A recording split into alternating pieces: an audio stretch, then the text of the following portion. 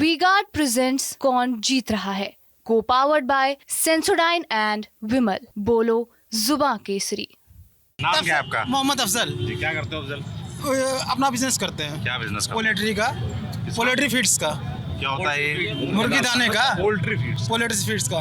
2014 से पहले क्या हिंदू खतरे में नहीं था क्या? हाँ, बताओ मुझे क्या। आप कह रहे हैं कि 2014 के बाद हिंदू धर्म खतरे में है। अच्छा। इससे पहले हिंदू नहीं थे भारत में क्या है? अकबर के सेनापति मुस्लिम थे, हिंदू थे। राणा के सेनापति मुस्लिम थे, तब हिंदू खतरे में नहीं था। 2014 के बाद ही हिंदू खतरे में हो गया। अरे खतरे में क्या, जब वो प्रधानमंत्री हिंदू है तो खतरे में, तो शर्म से उनको मर जाना चाहिए इंसान को। जो कह रहा है कि हिंदू खतरे में है, कि अब जब तुम ही हिंदू हो, मुख्यमंत्री हिंदू है, बता रहे हैं हिंदू खतरे में, कायम खतरे, क्या मुसलमान पास है जो हिंदू खतरे में है? वो नहीं, हमने सुना है फेसबुक पे, कुछ सुना है हमने। वो नहीं कहते जुआरी जब सब कुछ हार जाता है तो मंगलसूत्र पे ही बात करता है, तो वही स्थिति हो गई। यहाँ सब जा रहा है तो मंगलसूत्र पे, वही जुआरी जो है मंगलसूत्र पे आया है। सारे मैक्सिमम एमपीज, मैक्सिमम एमएलए, सारे पार्षद, आईएएस सीएस, जितने भी अधिकारी लेवल पे हैं, सब तो हिंदू बैठे हैं। मुसलमान है कहाँ? हम तो अपनी चारामारी करते हैं। क्या कारण है उसका? क्यों नहीं है मुस्लिम? हमारी आबादी कम है, हमारी आबादी कम है, माइनॉरिटीज है। आबादी तो देखिए पर्याप्त है।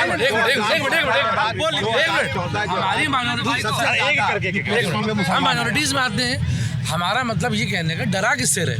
ना हम पावर में हैं, ना हम बहुत इंडस्ट्रियलिस्ट। आप अगर हमें 10 नाम नहीं 10 मुसलमान अभी आपने, मैं जानना चाहता हूँ अभी आप सब कुछ पढ़ते हैं, जो पढ़ते हैं उनको दाब दिया जाता है। जब आप हर चीज का खोज सकते हैं तो आप पुलवामा का क्या किया आपने?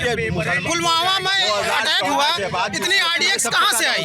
उसका आज तक आपने कुछ बता पाया? पूछना चाहता हूँ, नजीब का आज तक पता क्यों नहीं चला? नजीब का बताइए आप लोग, क्योंकि वो सारी चीजें, पता क्यों नहीं चला? सब चीजें आपकी सत्ता है, सब चीजें सब लोगों हैं, लेकिन उसके बाद भी मुस्लिम्स की राजनीति करते हैं ये। रुकिए सबसे ज्यादा मैं थोड़ा सा वही है ना, थोड़ा सा पॉलिटिकल बात ज्यादा हो रही है। 19% मुस्लिम है। रुक जा भाई मेरे, है ना। जैसे इन्होंने कहा कि 19% मुस्लिम है, तो आबादी अच्छी खासी है ना, मगर आबादी के लिहाज से आप लोग कह रहे हैं कि शेर नहीं है ना। और अगर पढ़ाई नहीं हो पा रही है ना, या मुस्लिम्स के बीच से अच्छे पढ़े लिखे स्कॉलर नहीं निकल पा रहे हैं, तो इसके पीछे क्या कारण मानते हैं? उसके पीछे पहले भी जो है, आज भी आए, पहले भी आए, आज भी आए। पहले पढ़ाई होती थी, रिजल्ट आता था, उसमें मुसलमान नहीं होता था। 2014 से जब से मोदी जी आए, उसके बाद से यूपीएससी का रिजल्ट आप उठा के देख लीजिए, मुसलमानों का परसेंटेज बढ़ा है। यूपीएससी का रिजल्ट देख लीजिए आप, उसमें मुसलमानों का रेशियो बढ़ा है। सारे सरकारी जो है, सरकार दुगने हो गए। यूपीएससी का जो इस बार का रिजल्ट आया, जो पिछली बार 29 थे, इस बार 51 बच्चे यूपीएससी क्लियर किए। निष्पक्ष रिजल्ट आया। जैसे मेरे मोहल्ला है पुराने लखनऊ का बल्लशपुरा जैसा एरिया था, वहाँ पे 6-7 के बाद लोग नहीं पढ़ते थे। अब लोग पढ़ा रहे हैं अपने बच्चे को। अब ऐसा क्या हो गया है? ऐसा क्या, ये दंगे फसाद कुछ हो नहीं रहे, इस वजह से लोग पढ़ा रहे हैं। बिल्कुल कारोबार करा नहीं रहे, कम से कम हो रहा है। जितने पहले पैदा होता था, पंचर की दुकान पे बैठ जाता था, सिर्फ जो है मुसलमान दरी बिछा रहा था पूरी राजनीति वाली पार्टियों की। इस समय सिर्फ पढ़ा रहा है, अपने बच्चे को पढ़ाना चाह रहा है। अब यूपीएससी में देख लिया आप, 66 लोग आए, 2016 में 0 गया था। इस समय जामिया से सिर्फ 33 लोग निकले। तो कैसे निकले? फ्री की कोचिंग से निकले वहाँ से। तो इस समय सिर्फ पढ़ाने की कोशिश मुसलमान कर रहा है, बाकी सारी फालतू की चीजों से हटा हुआ है। का जो रेजिडेंशियल कोचिंग एकेडमी है, उससे 11 बच्चे निकले हैं। तो मुसलमान पढ़ाना चाहता नहीं है। मुझे नहीं मालूम यहाँ इतने लोग खड़े हुए हैं, हम मुसलमान, मतलब हम सबको मिला के कितने ग्रेजुएट हैं हम सब में, और कितने पोस्ट ग्रेजुएट हैं। ठीक है, तो ये बहुत देखने की बात है। और रोना गाना तब करना चाहिए जब आप उस गेट तक पहुंच जाओ कि अगर सरकार ने कोई नौकरी या प्राइवेट कंपनी ने कोई नौकरी निकाली है और ग्रेजुएट मांगा है, तो आप ग्रेजुएट तो हो, आप ग्रेजुएट ही नहीं हो। जब आप ग्रेजुएट नहीं हो तो आपको नौकरी कहाँ से मिलेगी? फिर आप रोते क्यों? या तो पढ़ाई लिखाई जो नहीं हो पा रही है, पढ़ाई लिखाई में पिछड़े हुए हैं मुस्लिम्स, उसके पीछे क्या कारण है? क्यों? उसके पीछे खुद हम कारण है, खुद हम जिम्मेदार है ना, माँ बाप। हम अगर अपने बच्चे को नहीं पढ़ा रहे तो ये हमारी गलती है।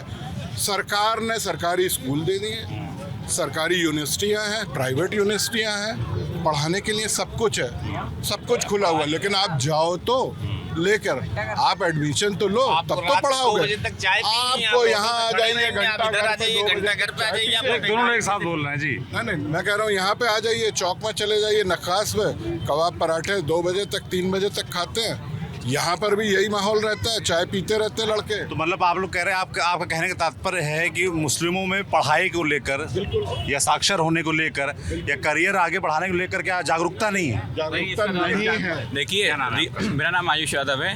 रिप्रेजेंटेशन इसलिए कम है क्योंकि आयुष, मैं स्टूडेंट हूँ। रिप्रेजेंटेशन इसलिए कम है क्योंकि हमारे देश में असमान वितरण है संसाधनों का। इनकम इनक्वालिटी बहुत ज़्यादा है। हर व्यक्ति सक्षम नहीं है अच्छी एजुकेशन देने के लिए। मेरे कई मुस्लिम फ्रेंड 10th के बाद उन्होंने पढ़ाई छोड़ दी, काम करने लगे क्योंकि उनके घर में पैसा ही नहीं है। उन्हें कमाने के लिए बाहर जाना पड़ रहा है। हिंदुओं में भी सिर्फ एक वर्ग सबसे ज़्यादा है और बाकी के OBC SC ST लोग उनकी रिप्रेजेंटेशन कम है। क्यों है ऐसा? अगर हिंदुओं पे बहुत ज़्यादा क्या कहते हैं प्रोत्साहित है शिक्षा के लिए, तो क्यों नहीं सारे वर्गों के लोग क्यों नहीं है हिंदुओं में आगे? उनकी रिप्रेजेंटेशन क्यों नहीं ज़्यादा है? आज भी SC ST की रिप्रेजेंटेशन देखिए आप, जबकि पॉपुलेशन में OBC SC ST सबसे ज़्यादा है, जनरल की पॉपुलेशन सबसे कम है, उसके बाद भी उनकी रिप्रेजेंटेशन सबसे ज़्यादा है। इसका कारण ये है कि क्या कहते हैं इनकम इनक्वालिटी और सभी लोगों को इतना मौका नहीं मिल पाता है। नहीं, मौके मिले इसीलिए तो देश में आरक्षण लागू हुआ आज़ादी के बाद से ही। और आपने जो बात की SC ST या OBC की रिप्रेजेंटेशन की, तो जितना भी सरकारी वर्ग है, जितना भी सरकारी नौकरी है, उनको तो वहाँ पे मौके मिल ही रहे हैं ना लगातार। आप किसी भी विभाग में चले जाइए, किसी शैक्षिक संस्थान में चले जाइए, सबसे ज़्यादा आपको जनरल वर्ग के लोग मिलेंगे। कहीं भी जाकर देख लीजिए आपको SC की व्यवस्था बनाई गई है ना, ऐसा तो नहीं कि इस देश में व्यवस्था नहीं है उसके लिए। आरक्षण 50% का आरक्षण गैप तो है ही है।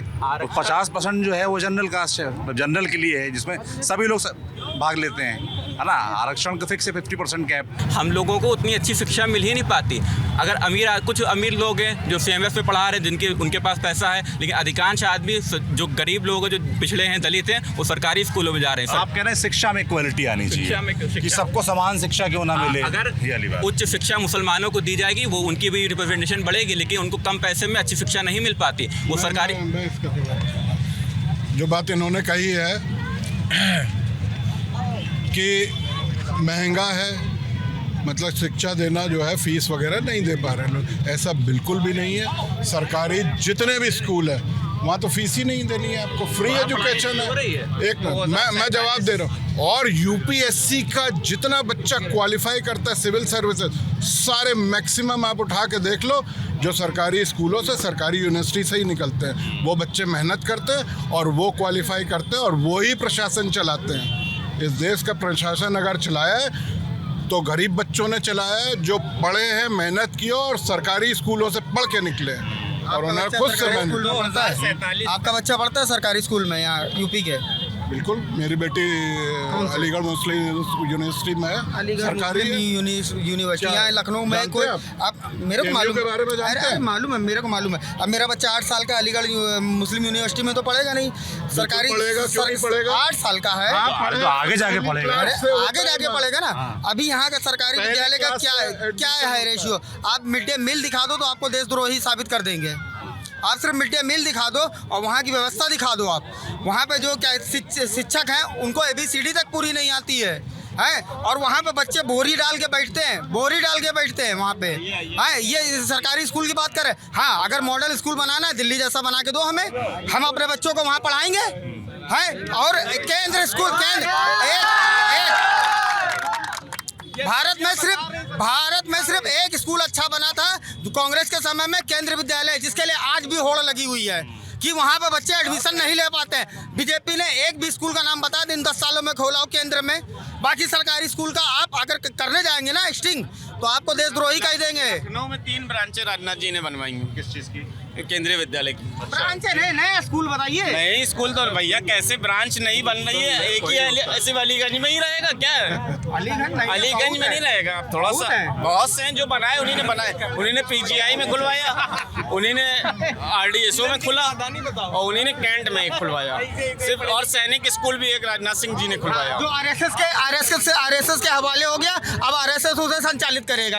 अच्छा, ये भी आपको मालूम होना चाहिए। हवाले हो गया मतलब RSS के हवाले हो गया। अब उसकी पूरी पहले से सरस्वती शिशु मंदिर है, सैनिक स्कूल की जरूरत नहीं है। सुनिए, थोड़ा लखनऊ के बारे में बात कर लें। लखनऊ में मुसलमान जो है इस समय सबसे ज्यादा पढ़ रहा है। 2047 तक के भारतीय जनता पार्टी की सरकार रहेगी, सबसे ज्यादा पढ़ेगा तो मुसलमान ही पढ़ेगा। या मेरी बात आज लिख लीजिएगा, मैं रहूंगा या नहीं रहूं। ये 2047 तक की बात कर रहे हैं। ये अगर 2047 तक ये रह गए तो इस देश को खत्म कर देंगे, इस देश को बेच डालेंगे। खत्म क्या कर देंगे? 2022 में ही खत्म कर दिया था। 2022 में स्मार्ट सिटी बन रहा था, कहाँ बन गए सब? अच्छा, कहाँ से बन गए? कौन से स्मार्ट सिटी बन गए? आप एक भी स्मार्ट सिटी गिना दीजिए हमको।